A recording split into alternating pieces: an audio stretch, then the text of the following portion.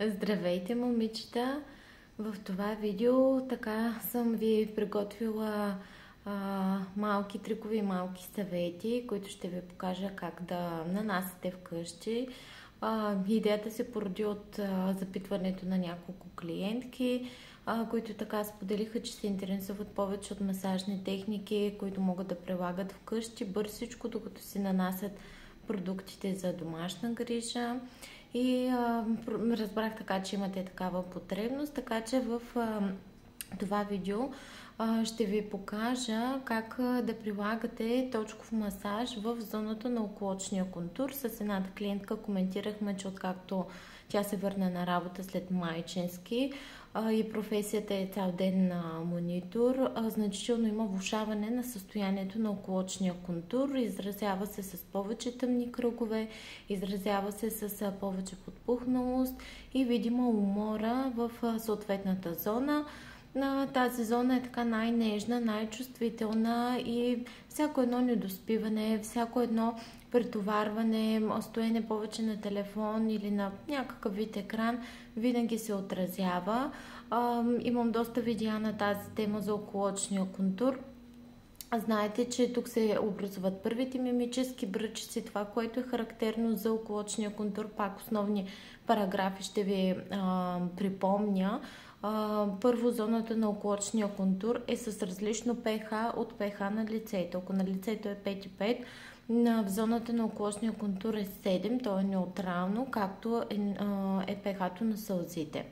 Това е първия параграф. Второто нещо, което е в зоната на околочния контур, нямаме разполагане на масна подложка или липсва третия подкожен слой, хиподермата. Затова, поради малко по-специфичното разположение на колагеновите влакна, които буквално се захващат в единия си край за мускула, в другия се вплитат в кожата, точно поради тази причина многото мимики създават и първите мимически бръчици.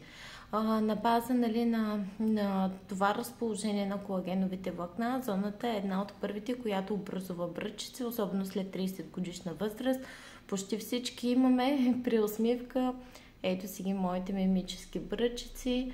Аз лично съм си окей с тях, нямам така драма и проблеми, но въпреки това пак спазвам основни правила.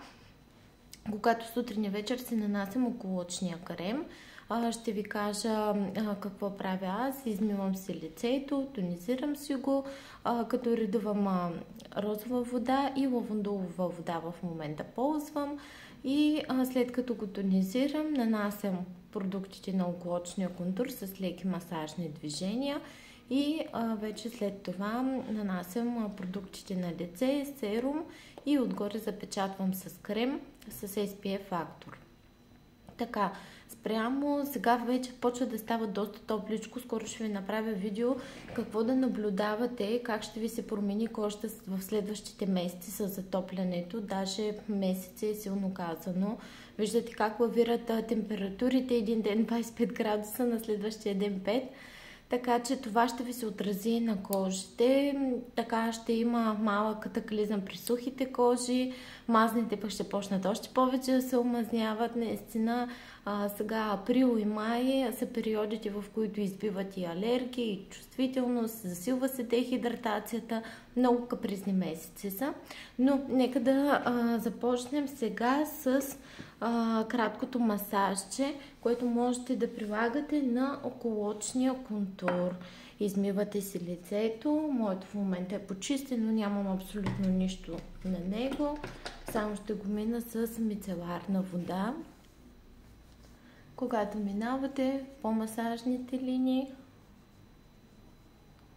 околочния контур, средата на челото и от другата страна по същия начин.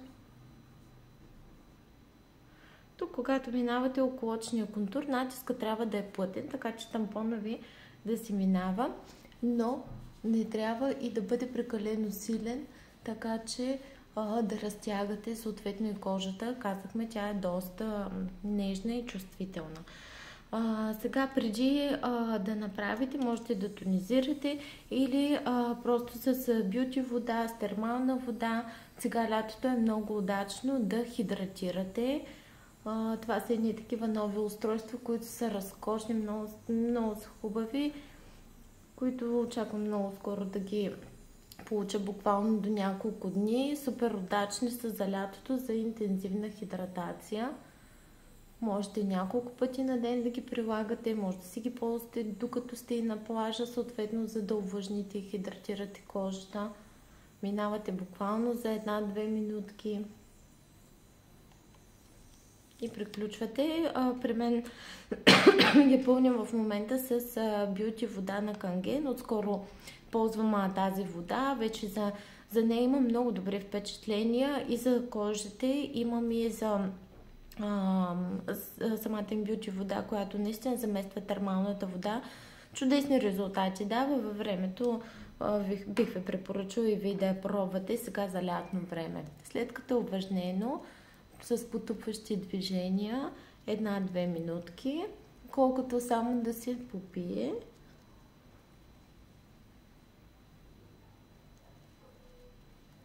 Ще ме извинявате, нямам почти никаква подготовка.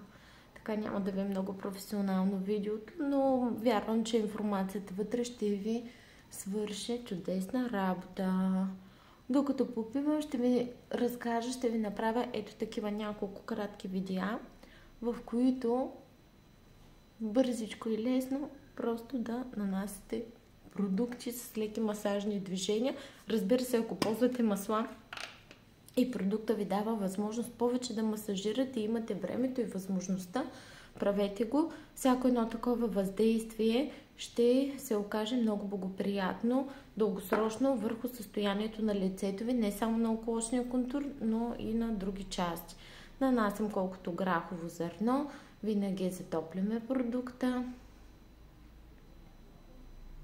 Нанасяме го. Така ще дойда по-близичко, за да го виждате.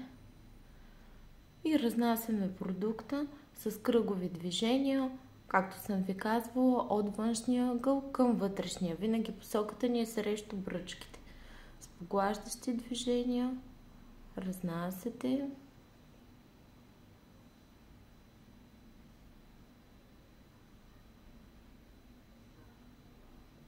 Плътно разнасяне. И след това с леки потупващи движения. Като цяло за околочен контур е най-удачно да ползвате безименните пръсти.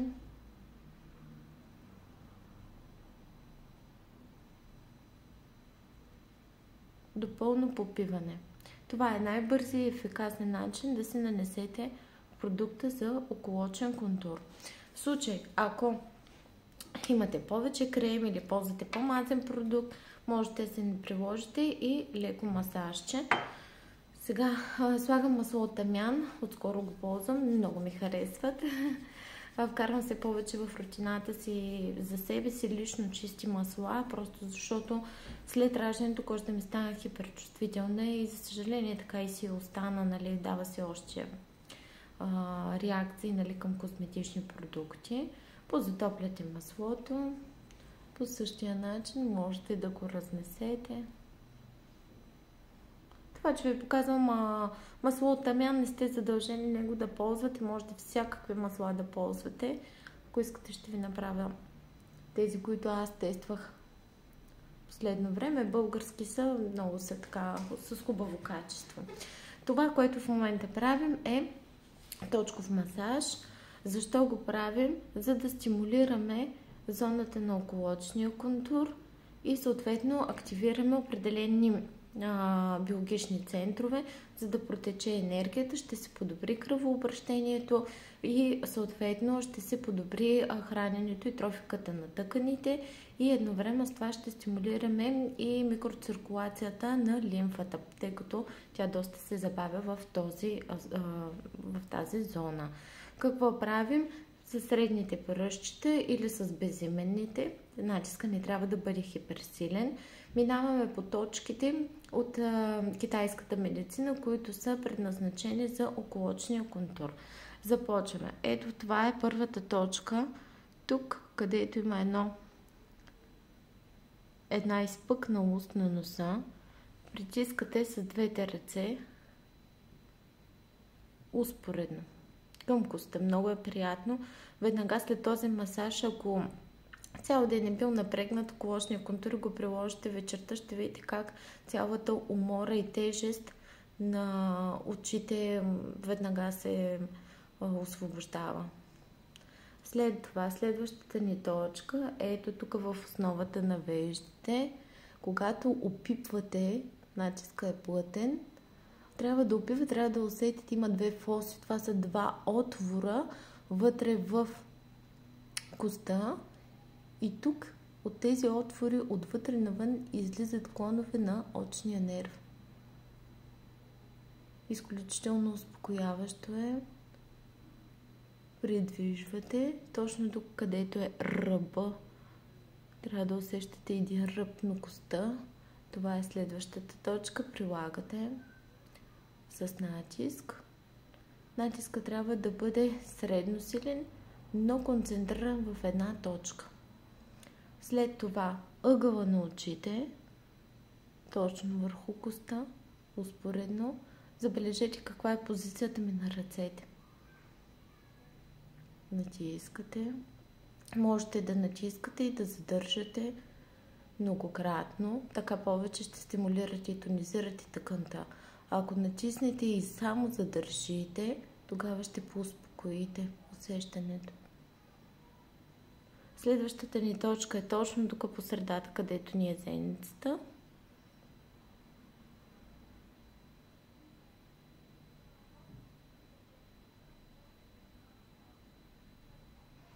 И завършваме между веждите. Тук може с един пръст, ще ви бъде доста удачен. Тук най-често е разположена гневната ни бръчка. Задържате за няколко минутки. Абсолютно, ако го изпълнявате правилно и на правилните места, веднага ще усетите едно освобождаване в зоната на цялото напрежение. След точковия масаж можете да погладите, можете и да го приложите 3-5 пъти, колкото прецените. Имате времето, имате и възможността. Надявам се тези малки трикчета да ви бъдат полезни. Можете да ми пишете от какво друго имате нужда. Така или иначе, аз събирам тук въпроси, мнения, коментари и спрямо това се водя каква информация би била подходяща за вас да ви бъде подадена и би ви била от полза. Така че приложете го, пишете вътре в групата, нали, кой как се е почувствал съответно и дали имате някакво желание нещо друго да ви покажа. В следващото видео ще ви демонстрирам как да се прилагате лимфен дренаж и какво е въздействието на лимфния дренаж върху зоната на околочен контур.